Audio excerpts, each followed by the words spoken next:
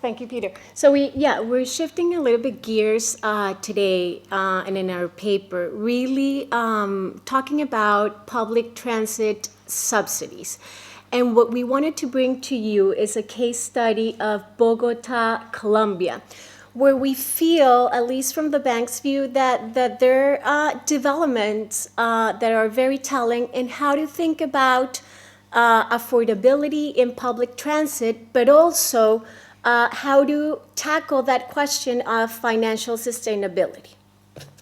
So what we're going to do in this presentation, I will start a little bit with a survey of a critical policy question, which is, should we, from the authority, from the public sector view, provide public transit subsidies? And let me here be specific. I'm talking about operating subsidies, not capital subsidies, to the operators directly, or should we better focus on making transit systems financially sustainable? And are there ways to tackle that affordability question by providing subsidies to the users? And that's why we looked at Bogota, which has sort of moved in that direction. We will talk about Bogota and how they have tackled the issue of financial sustainability. So I'll get a little bit into how they set public transit fares, how they calculate that, how they go through a competitive process to create sort of a tariff that gets close to a cost recovery level, and then how they set that user tariff that more else levels out and covers operating expenses. And then Tatiana, my colleague, will talk about how they deal with the affordability part by targeting subsidies to the poor. And we will also present to you some results that we have of an impact evaluation study. This is a TRB paper, if you guys are interested, but we did a quasi-experimental impact evaluation of the targeted subsidy in Bogota. We completed it last year and presented it in January for those of you who are interested. So public transit subsidies. There are, there's a lot of literature on why public transit subsidies should be given to operators. And I guess we can more or less summarize it in three main arguments. The first argument has to do with sort of the externalities question. If we improve public transit, if we subsidize operators, in a way, we could provide a better service and get private car users to use public transit. Of course, this is sort of a plan B, a second best option, instead of really pricing out car use, and as we were talking yesterday with Jonah's paper, really getting the pricing right, okay? But this is an argument that many cities use for subsidizing operators in public transit. The other two arguments are more related to economies of scale, both in terms of rail-based system, generating economies of scale for the whole system, and the other one is the mooring effect, which I'm sure many of you know. By subsidizing public transit, you get economies of scale from users, which increase demand, which in a way offset any fiscal costs that those public transit subsidies generate.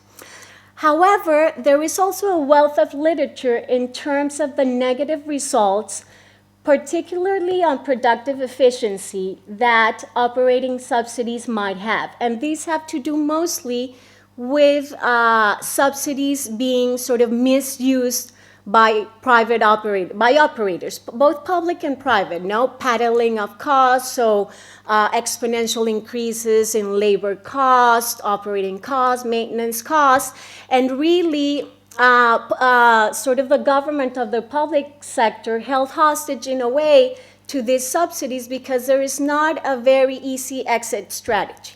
And this happens with most subsidies. Once you implement them, it is very difficult to get out of them. So now let's talk about context, and again, when we talk about social equity, it's very important to talk about context. So let's talk about the role of subsidies in developing countries, where there are fiscal limitations, where there are competing needs, government they might have to subsidize education, they might have to subsidize other public utilities, they might have to subsidize health.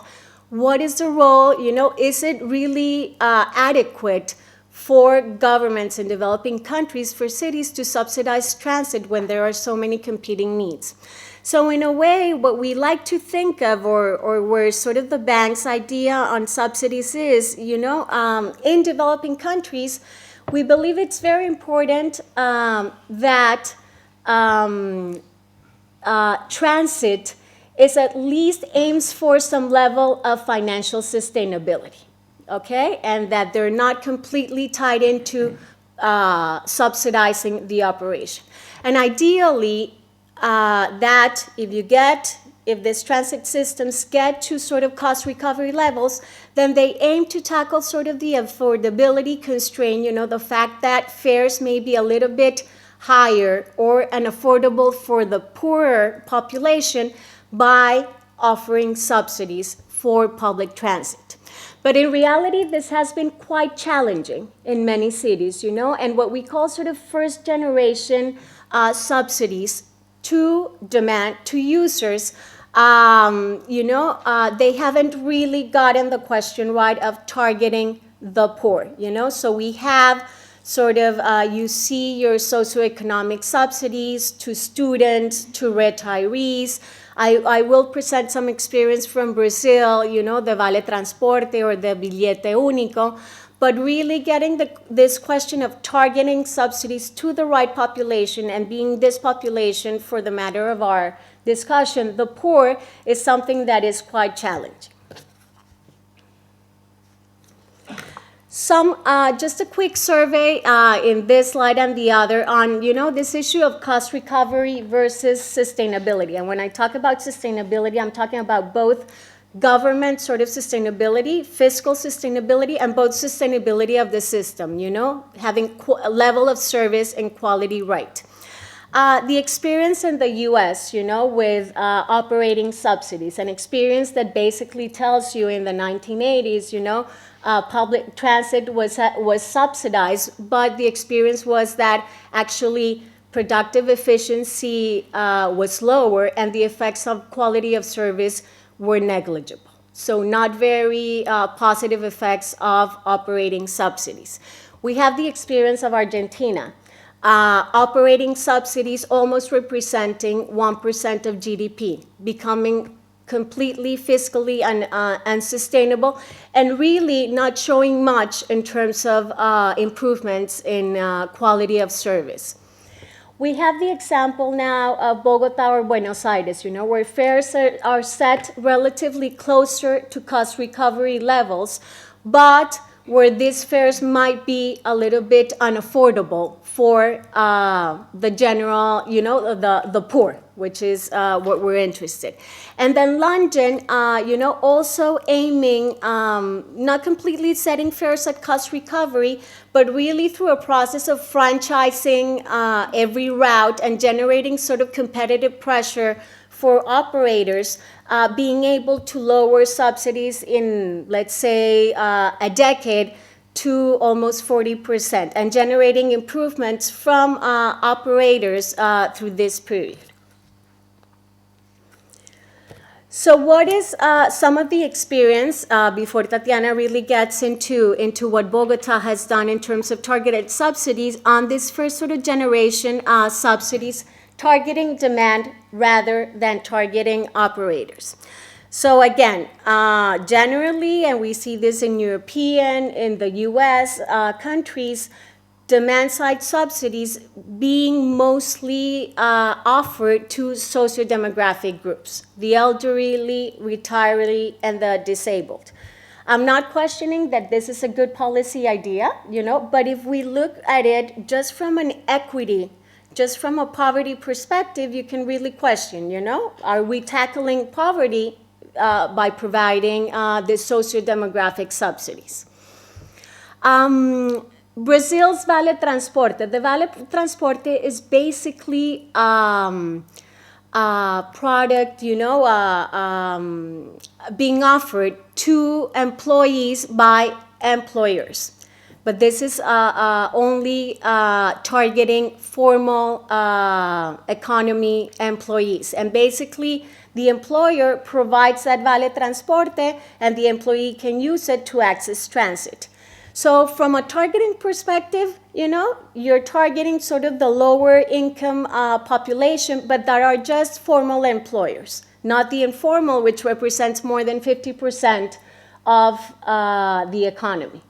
The other part of the Vale Transporte, what we have seen is in terms of productive efficiency, it has actually generated negative incentives for private operators to lower cost, because they have assumed in a way that users of the Vale Transporte are sort of like a captive demand, and there is really no incentive because they have that demand guaranteed to lower costs. So it has become very, let's say, in terms of efficiency incentives, very unproductive. And then second of all, in terms of fiscal sustainability, what we have seen with the Vale Transporte is that a black market has developed to trade these Vale Transportes in, amongst people. So really, that also generates sort of a fiscal sustainability issue, because your intended resources to tackle an equity constraint in public transit might not be targeting the right users. Let me just talk about two more examples that we have seen. In Pereira, this is another Colombian city. What they're offering right now is sort of a free morning pass. What we see in many countries is that people buy transit on a daily basis with what they earn on the day. Okay, so it's difficult for people sometimes to buy a weekly pass and monthly pass. So, informal sector workers or people that live in informality just have the right amount of money to make their commuting trip with what they earn. And sometimes beginning in the morning is a big constraint in getting that money to take their first commuting trip.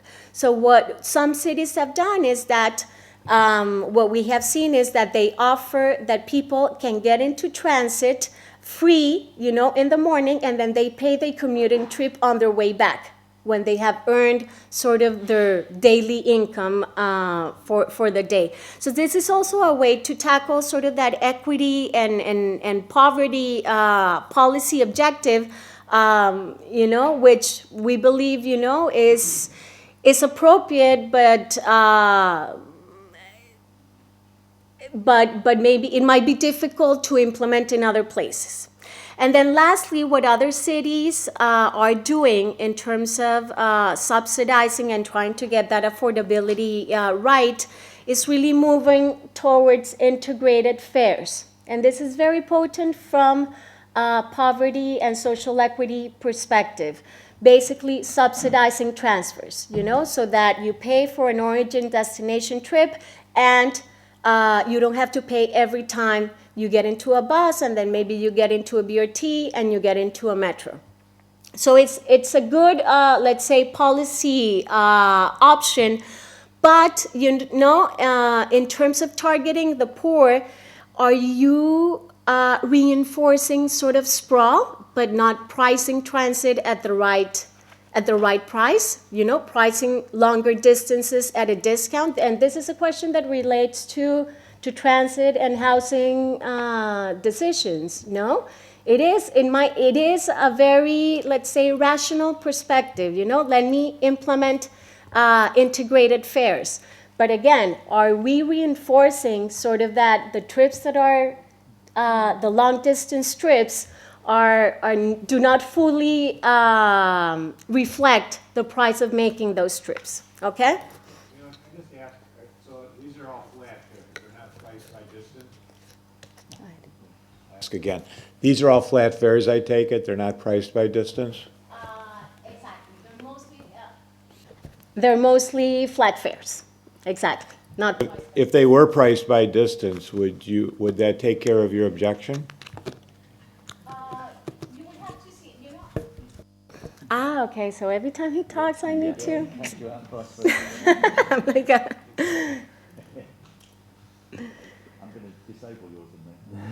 Okay. It could improve that policy objective. It could improve that policy objective, definitely. And I've seen that in South Africa. South Africa, fares in public transit are distance-based. They've implemented integrated fares. There are other challenges, if we can go through that, but you know, in terms of really balancing this contrasting objectives of, you know, do you want really people to locate in the outskirts? Do you want transit to be price right and sort of get those incentives aligned? Then that might be a better way to go. Okay, so let me move a little bit faster. So what does Bogota, okay, so the case study in Bogota is this. Financial sustainability and affordability are two objectives that are very difficult for governments to achieve.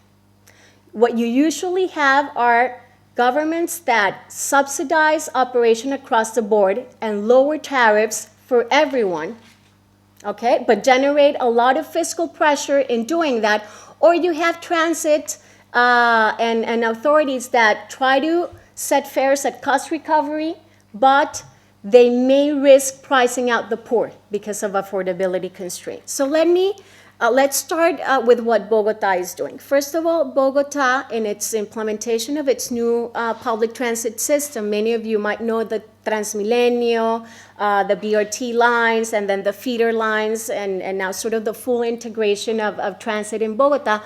What they're doing is they're trying to set fares that are very close to cost recovery, so as to minimize subsidies and generate greater incentives from operators for efficiency.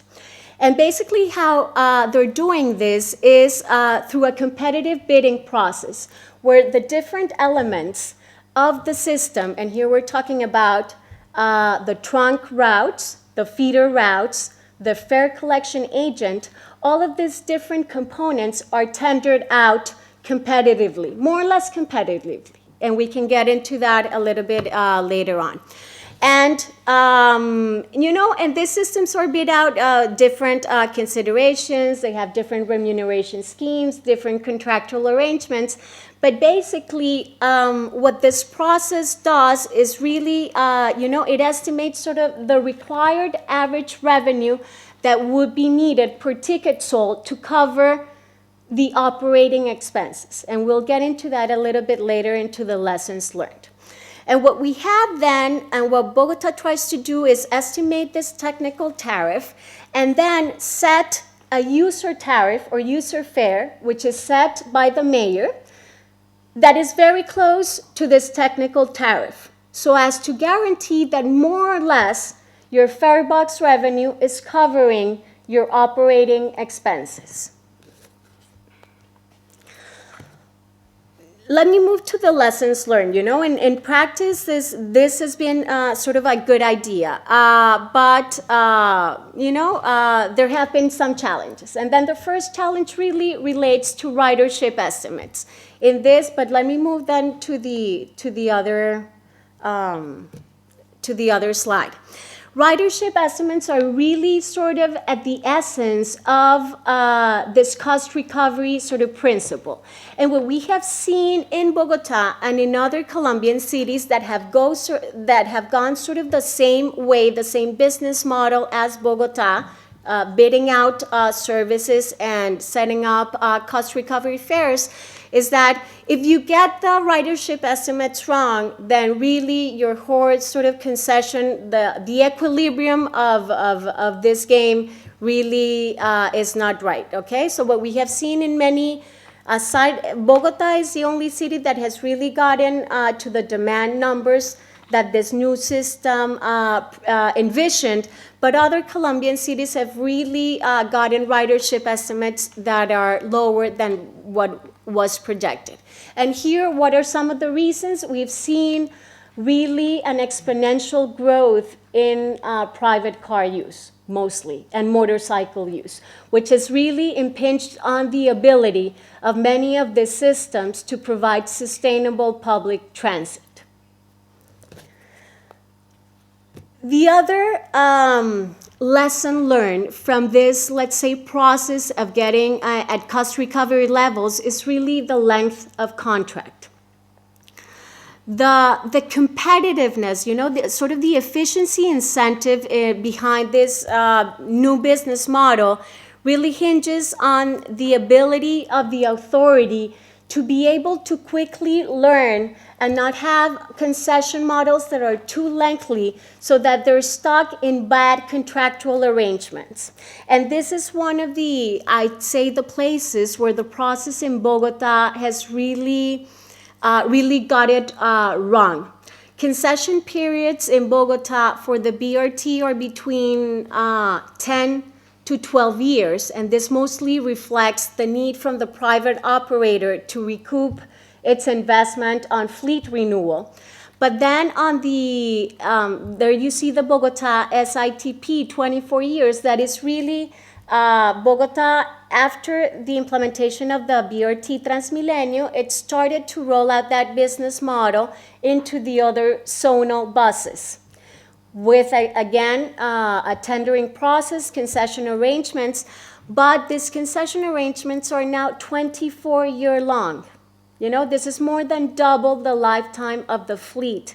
So basically, Bogota is stuck with 24-year concessions that are very difficult to manage, and they're already seeing that they would need to renegotiate these concessions, okay? So part of this business is really getting the length of the concession contract right. And there we have a little bit of benchmarks, particularly, we were looking at London recently with the mayor of Bogota, that London was able really to get this efficiency gains because they were able to compete routes fairly, let's say, continuously, every 5 to 8 years, and really put that competitive pressure on operators to lower their costs.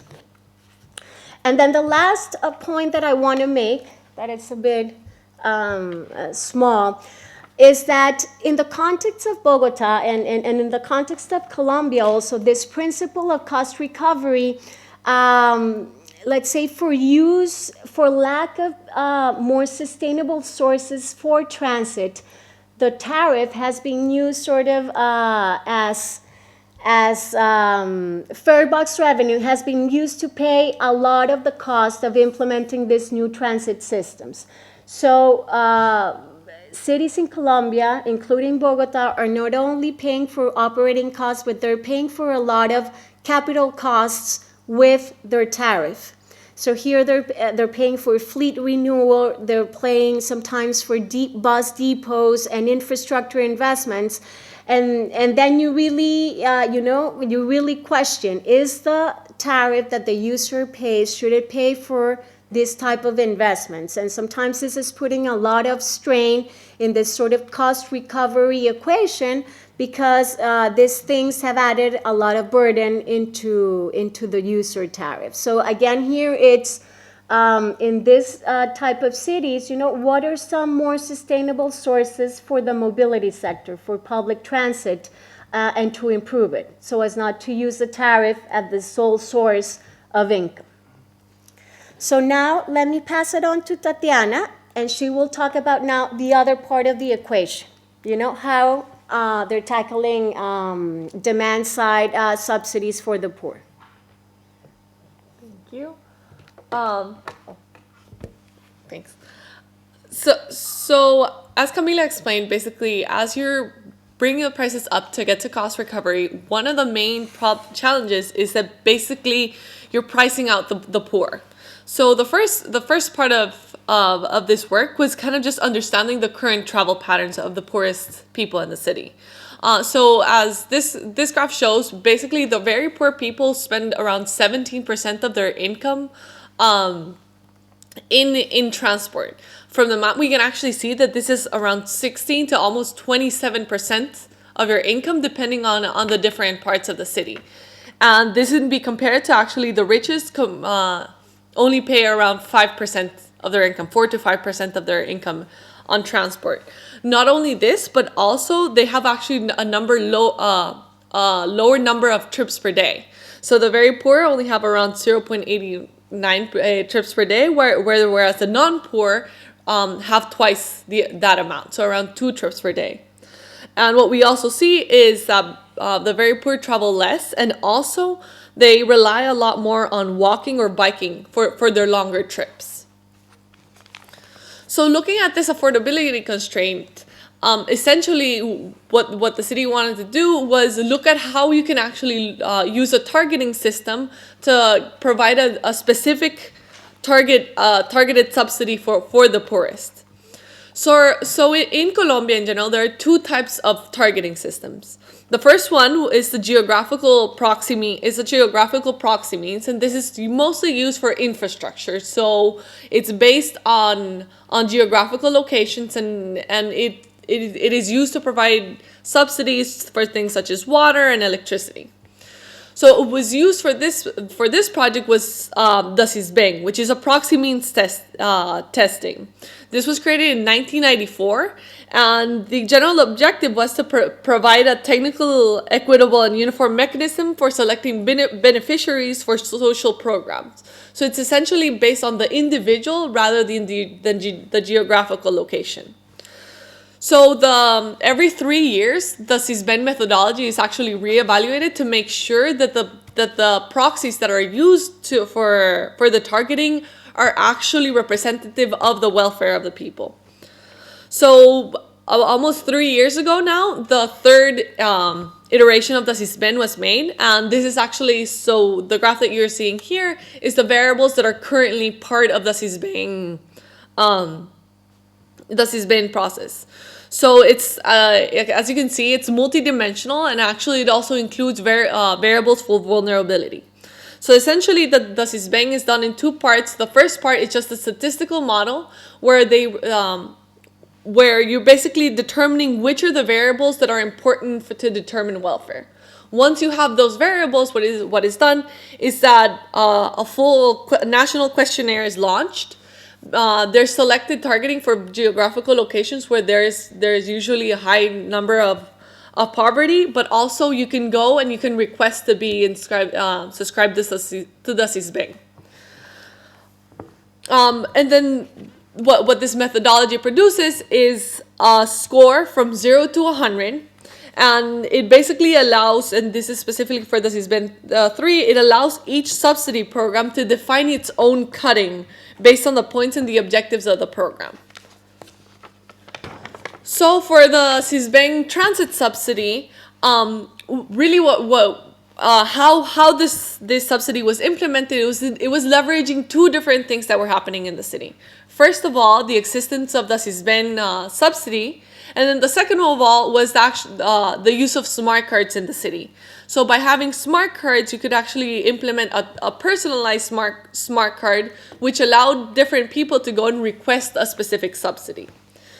So who was actually targeted? So using the CISBEN, basically everybody that had a score of 40 points or lower could go and request a subsidy. The only thing was if you already received the different types of subsidies. So students were already receiving a subsidy. So basically you couldn't reapply for another subsidy.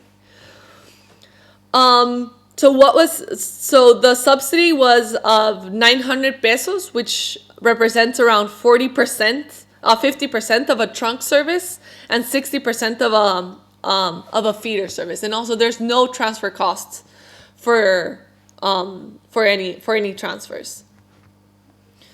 So essentially how you worked is you went to either one of the Transmilenio stops or the local government centers, and then afterwards what was implemented were actually minivans that went to the poorest locations in the city, and you can actually apply for your targeted subsidy there.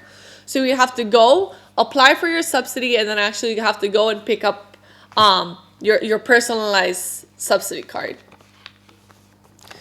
So what we saw was that nearly 285,000 smart cards were delivered with the subsidy, and of these, almost 160,000 had already been used.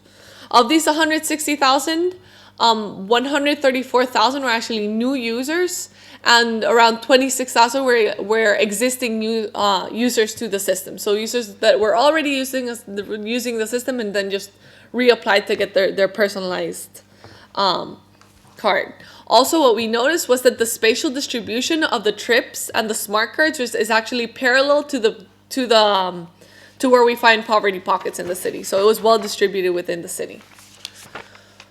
So once this targeted subsidy was implemented, we did a piece of work complemented with the people in the University of Rosario, which was actually a full impact evaluation to see what were the impacts of the targeted subsidy. So there are a couple of different questions. The first one, and then I'll go through them.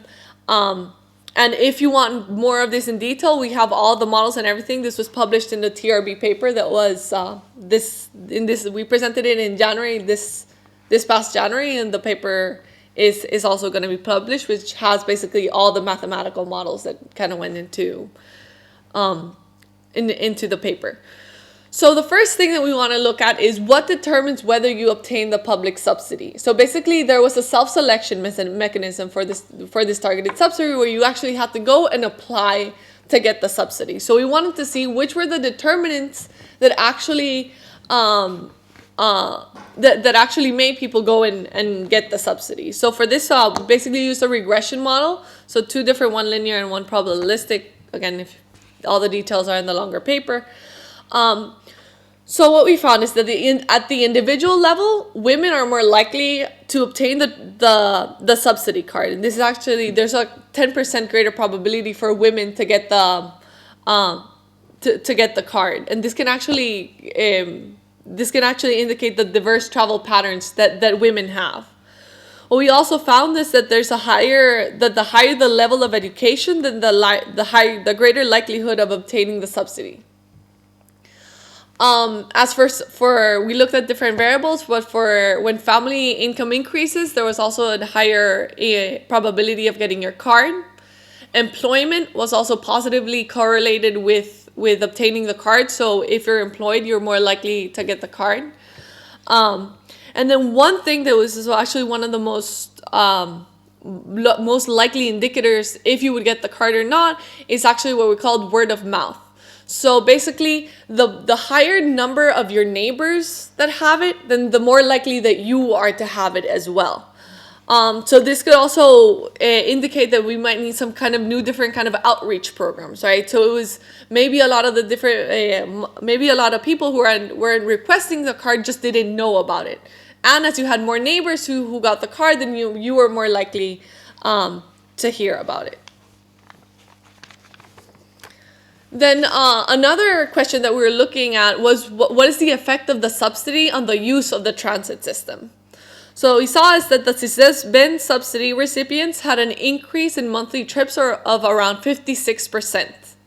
And this is around 10 extra uses. And what is very interesting is that this kind of amounts to 8 extra trips and actually 2 extra transfers. And what is very interesting is that transfers actually don't have a cost. So there is actually no reason that, no financial reason why a financial subsidy would increase transfers. But one theory would be that actually having access to the system would actually allow you to learn how to take advantage of this multimodal system, right? So you're now you're more likely to understand how the system works and actually access all the different services that the system has. As we can see by this extra number of trips, the subsidy was actually helping overcome the lower frequency of motorized trips among the poor, which was presented before. And then the other thing that was interesting to note is that there was actually no significant effects on the total transport expenses. So basically, the lower costs were being actually offset by a higher number of trips. So the income expense on travel was the same. There was just a larger number of trips. And then the last part that we wanted to look at was, and this was a quasi-experimental impact evaluation on, was we wanted to see actually what were the labor outcomes of the subsidy. So what we found is that there were actually significant effects only for the hourly income of informal workers, which is actually not correlated with an increase in hours worked. So it's basically, it basically points to the complementarity between mobility and efficiency. We also presented a couple of other, and all the results on this you can find in more detail in the longer TRB paper, but we found no significant effects on employment status or access to education.